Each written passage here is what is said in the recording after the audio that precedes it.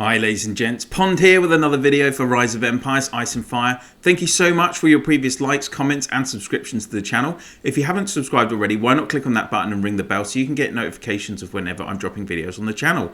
And now on to the topic of today's video, which is all about the different types of hero skills. So I'm going to be covering what skills you're going to see and what they do on your hero's 2nd, 5th and 8th skills. So those hero specific skills. You're going to see that there are 4 different types of skills: status, prep, combat and passive. I'm going to quickly do an explanation of each one, what's different about them, which heroes kind of excel in these different types of skills, what are their strengths, what are their weaknesses. So I'll try and quite a lot to cover in this video. I'll try and be as quick as I can. So the first skill we're going to talk about is status skills. So status skills are applicable for the own legion, their own squad that that is from the hero. So if it's the example I put up is from Lawman's 5th skill. So that is always a status skill, will always have an effect on its own squad, on the hero's own squad. This is why usually you'll see that the effective range is either 0 or 1. But there are some instances where you'll see an effective range of larger than that. For instance, on this skill, you can see that it actually heals not only the self squad, but another squad. So that I'm not sure. I think the devs actually made a mistake here, because surely the effective range should be 2, so that it covers the other 2 friendly squads, but never mind. And then for Living Saint on her 8th skill, for instance, that's a status skill. It has a range of 4. That is because that status skill has a damage effect where she is attacking the opponent. So status skills are very good. They are what we call pre-battle skills, because they activate on turn 0 before the battle actually starts. They're always active in the battle, available to happen, so they can't be CC, crowd controlled, they can't be suppressed, silenced, disarmed, etc. So they are very good skills. There are multiple heroes that have status skills. You're first going to see them in S2 with Peacebringer, Immortal and also Jade Rakshasa. Those 3 heroes all have status skills. There are 2 heroes in the game that have 2 status skills. There's only 2. Lawman is one of them, SX3 cavalry hero. Both her 2nd skill, Brutal Force, which is kind of is basically a counter-attack skill, and then her 5th skill, Reinforcements, which is a healing skill. Those are both status skills. The other hero that has 2 is actually the SX1 Footman hero, Dragon's Avatar. So his 2nd skill is a status skill, and then his 8th skill is a status skill. So those are the only 2 that have status skills, and they are very good skills because they're very consistent. So a hero like Lawman is, depending on what the skills do, of course, but a hero like Lawman with her status skills, she is very, very reliable. Another hero to think about that has a key status skill, for instance, is, well, 2 I can think of are Immortal and also Spectral Reaper. Both of their 8th skills are status skills that give massive buffs to the damage that they do. So they're very good, and that's just a couple of examples. I could go on and on. But let's move on to the next type of skill. So the next type of skill is prep skills. So again, prep skills are activated pre-battle. Now they differ from status skills because with prep skills, they are not active all of the time. They can be applicable for the self squad, for your hero's own squad, and they can also be applicable for both friendly squads and enemy squads, depending on what it is. There are different types that do either, some do actually do damage, some do a buff to your own legion, some do a debuff to the opponent. They have lots of different effects.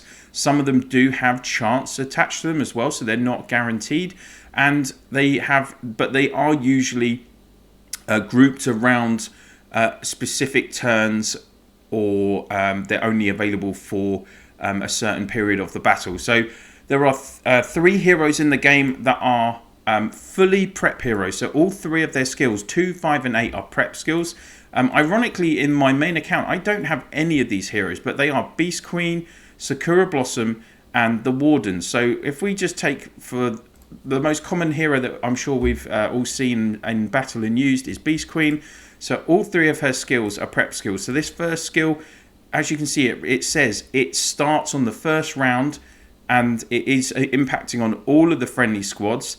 And then this increased damage is 80%. The effect reduces by a quarter per round. So it's only active for the first 4 rounds. Obviously, then it drops to 0. Her 5th is another prep skill, Stampede, and you can see it's applicable for the first 3 turns, but it is chance based. And then also her 8th skill as well. This is a counter attack ability. So again, for the first 3 turns of the battle. So prep skills are generally relate to that. And again, prep skills are very good in regards to that, even though they might only target a certain point in the battle, they are not going to be stopped through CCing either. So again, they are pretty consistent in the way that they work. The first time you're going to see a prep skill in the game is actually through Rogue. So Rogue is a normal orange hero.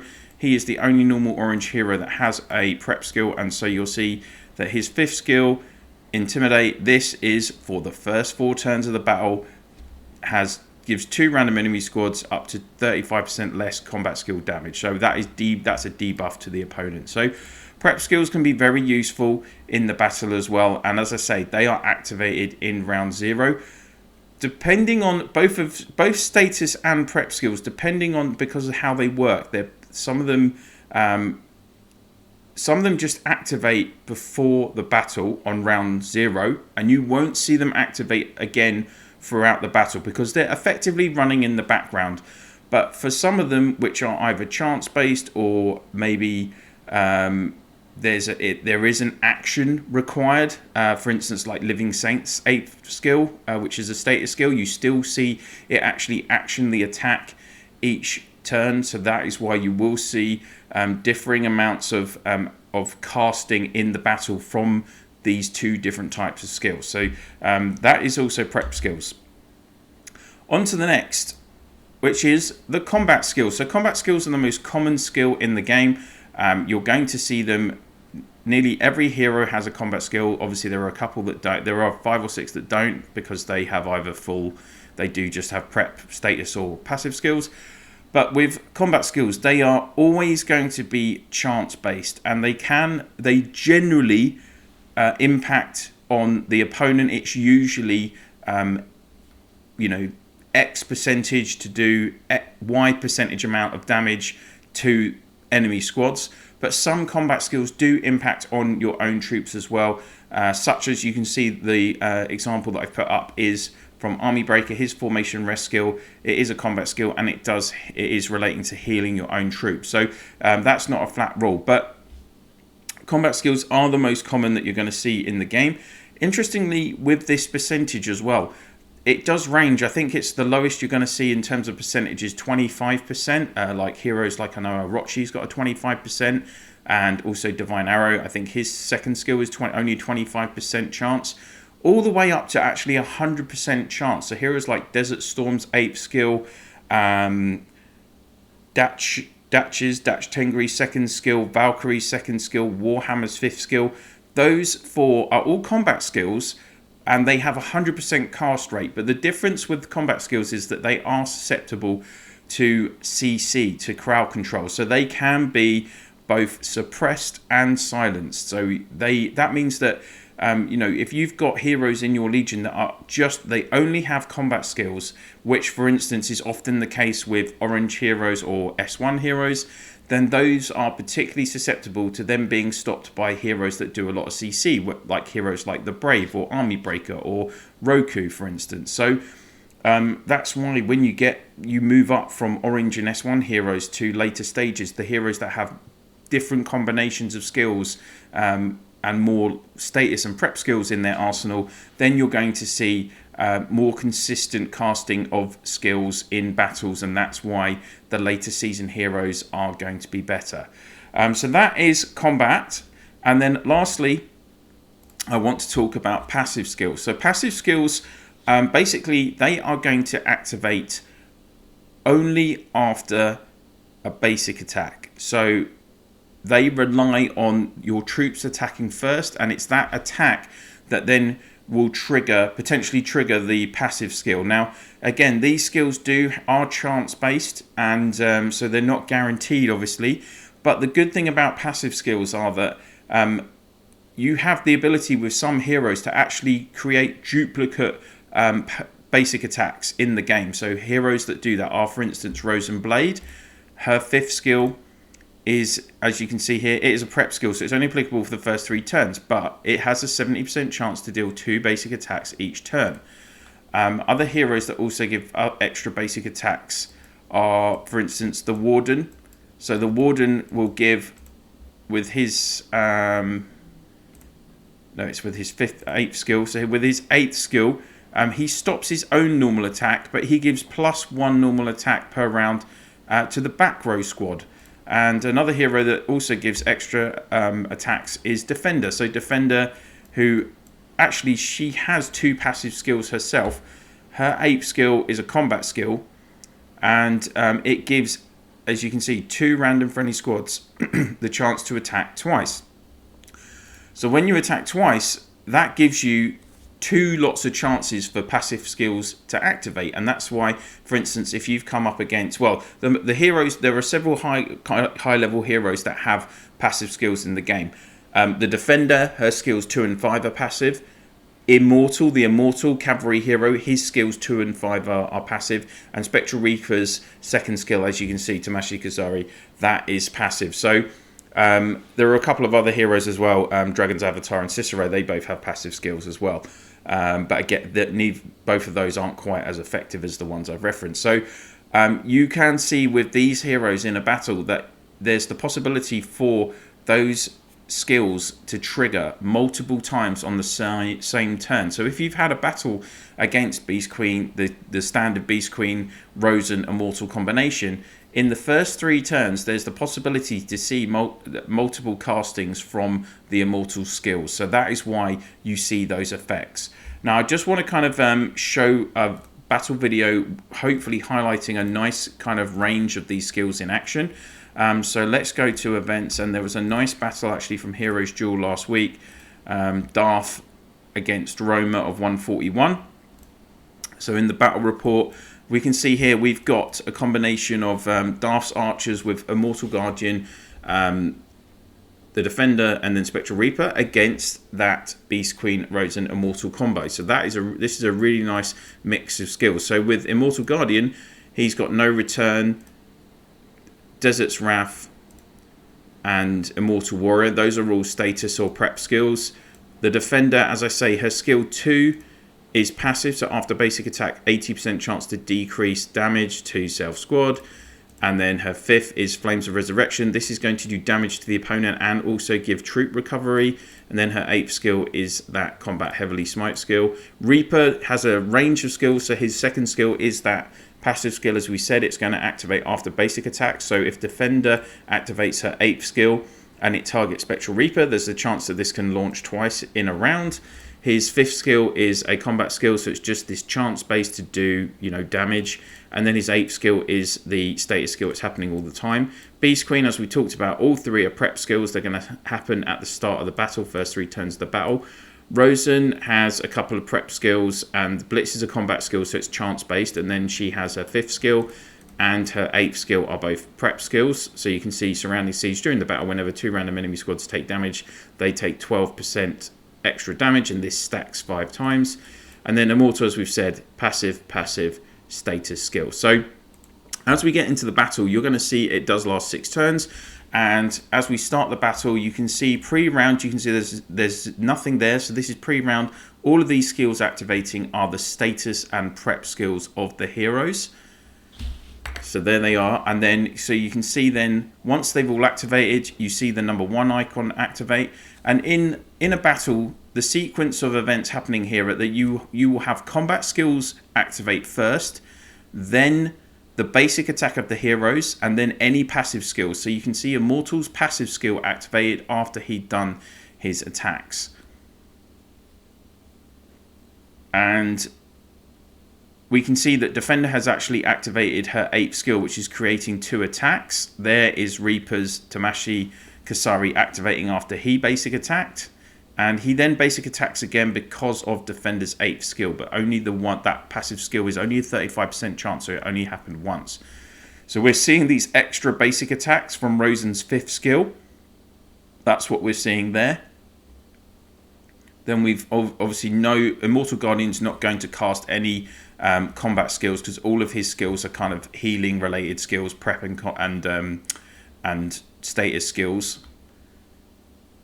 And here, there we go. So Tamashii Kasari is going to actually activate twice on this round, again because Spectral Reaper has done 2 basic attacks there. Now, interestingly, the game calculates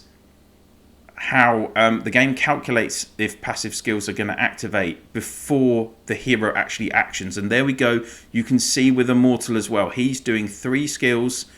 You saw that his same skill was activating twice because of the extra basic attack that Rosen gave him on that turn. So I hope that kind of all makes sense. So with both these combinations, there is actually the chance to do a lot of damage very early on, which is why already on turn 3 we're down to just the 2 squads on each side of the battle. So we're getting another Heavenly Smite there.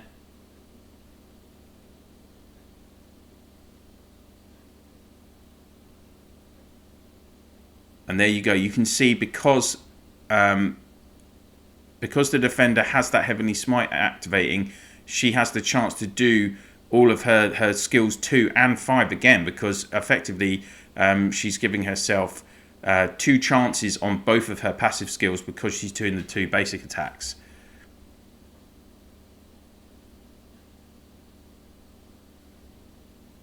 Now, the thing with passive skills is that they are susceptible to being disarmed and also suppressed, because suppression stops all actions by the troops and the hero. So if, for instance, you are trying to slow down an Immortal Legion or this Defender Spectral Reaper Legion, then heroes such as, for instance, Brave does disarming at the start of a battle with his skill 2, and Skybreaker does disarming as well. Those kind of heroes will potentially combat the offense of combinations that have passive skills in them. So and here we go. That is just then Spectral Reaper finishing off that Immortal. So hopefully that's kind of given you an idea of what's happening in a battle, how the skills are working. I know it's been quite a long video, but I've tried to cover as much as I could in it. And the one thing I did also want to mention is that you might have seen on Desert Storm, the S4 Footman hero. So on his 8th skill, Sandstorm, you can see here 100% chance, so it's combat skill with the chance. But at the end it says interrupting channeling skill. So what that means is that you will see the most common example of this. Didn't want to do that. The most common example of that is on Jade Eagle. So Jade Eagle, the S4 Archer hero. On his 5th skill, you can see here, it's basically channeling is a combat skill that requires a turn of preparation. So not to be confused with prep skills. This is channeling is where the hero will actually activate the skill, cast the skill on, say, with 1 turn of prep, he would cast the skill on turn 1, and then the skill will actually activate action on turn 2, for instance. And then his Jade Eagle skill is the only skill in the game that actually requires 2 turn of prep, 2 turns of channeling. So if you activate that if you cast that on turn 1, casting it on turn 1, it won't actually action until turn 3.